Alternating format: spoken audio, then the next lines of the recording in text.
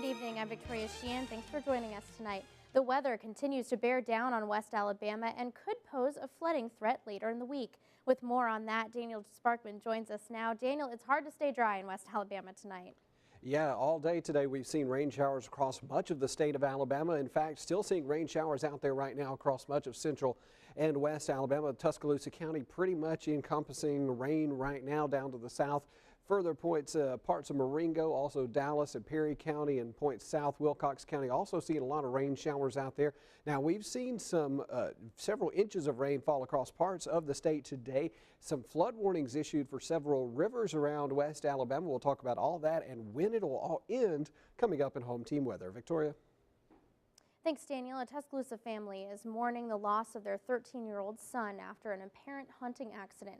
13-year-old Will May was taken to Hill Hospital of Sumter County in York yesterday. The hospital did confirm that he died from gunshot wounds. No official word yet on exactly where the incident took place. The Sumter County Sheriff's Department is calling it a hunting accident, but says they are still in the early stages of the investigation. Messages of condolences to the family came on Facebook through the Rock Quarry PTA site. They have urged everyone to wear blue and orange tomorrow to honor May. Auburn was his favorite football team. To your home team crime watch tonight, a young girl dead and a suspect arrested.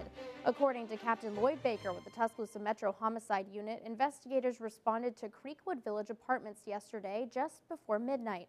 Baker says 17-year-old Angelica Mona Golston was fatally shot inside the apartment. 2 other females were shot as well. They were treated at DCH for non-life-threatening injuries.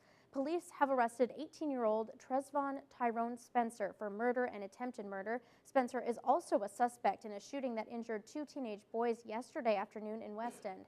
One of the victims has been released. Another remains in stable condition in ICU. The flu season has arrived and it shows no sign of slowing. WVUA's Kelly Rittenauer spoke with local doctors today and has more on how you can protect yourself from this nasty virus. This year's flu season came earlier than expected, and officials say it isn't leaving anytime soon. There'll be flu out in the community until probably the middle of March. The good news is that there is still time to take action. You have not gotten the flu vaccine to really make sure that you get the flu vaccine because it's still not too late. Dr. Crawford says it takes roughly 2 weeks for a person to develop immunity. But doctors say this year's vaccine is one you can count on.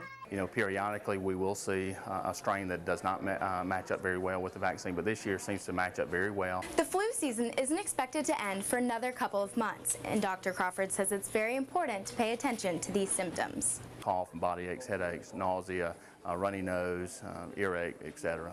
And if you do happen to catch the flu, he only has one word of advice. The biggest thing is just stay away from other people and stay at home if you think you have the flu. Reporting in Tuscaloosa, Kelly Rittenauer, WVUA News. Dr. Crawford says common flu medications are most effective when used within the first 48 hours of feeling the symptoms. The Bryant Conference Center hosted the 2nd annual Fierce and Fabulous Fashion Show this afternoon. 35 local students from all over the county participated in the event to show off the latest trends in prom wear.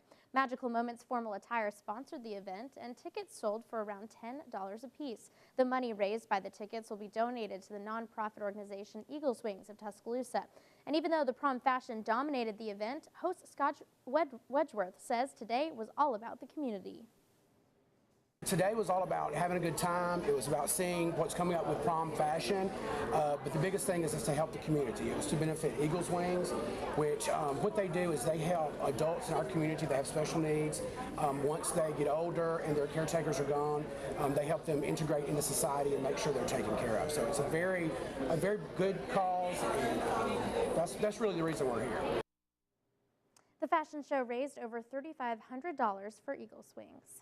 At last night's Miss America pageant, a woman from Alabama was crowned, but she wasn't the one representing the state. Mallory Heights Hagen competed as Miss New York, but she grew up in Opelika. Friends of Hagen gathered at an Opelika restaurant to watch the pageant last night. Hagen graduated from Opelika High School and went to Auburn University before moving to New York. In addition to the crown, Hagen will receive $50,000 to pay for her education. Miss South Carolina was first runner-up. Alabama's representative Laura Bryant made it to the semifinals. Well, yesterday, the first ever Guns and Hoses 5K got underway and ushered in a little friendly competition with Tuscaloosa County Police, County Sheriffs, and Fire and Rescue.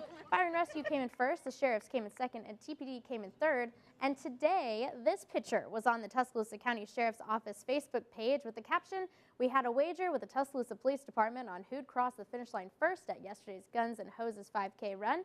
TPD Chief Anderson, in the middle there, is wearing the Sheriff's Office cap proudly." Welcome back. Sometimes when you watch the news and it's full of stories of violence and crime, it's nice to hear something good.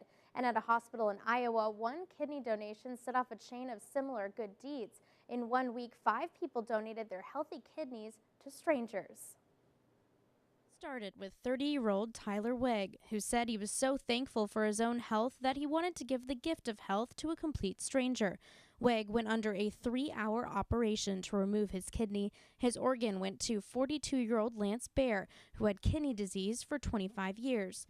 After a successful surgery, the two met for the first time. You're the donor then? Mm-hmm. Oh, okay. Yeah. Appreciate it. Well, it works out well for you. You bet. No, it's working real good. But how do you thank someone for the gift of life? Just thank you. Yeah, I can't but put it in words. I see his family, you know, I see the things he's going to be able to do now. That makes me happy.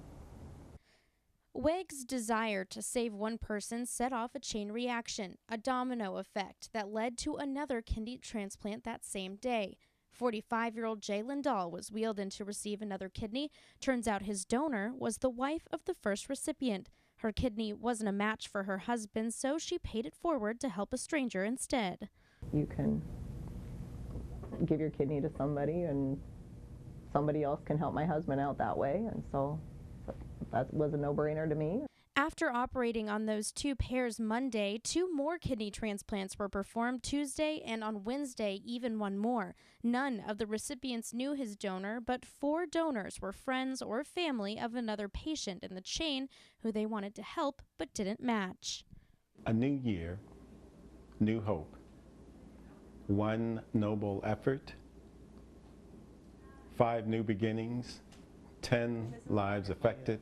What a remarkable humanitarian chain of events.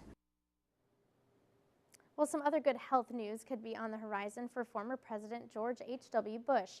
After more than a month in a Houston hospital, Bush's spokesman says hospital workers are hopeful he can be discharged this week. The 41st president was admitted in late November for bronchitis and stayed for treatment for a lingering cough and fever. During an event on Saturday, his son and former Florida Governor Jeb Bush told the crowd that he expected his father's release this week. While hospitalized, the hospital spokesperson says President Bush watched lots of Texas football and had positive exchanges with doctors and nurses.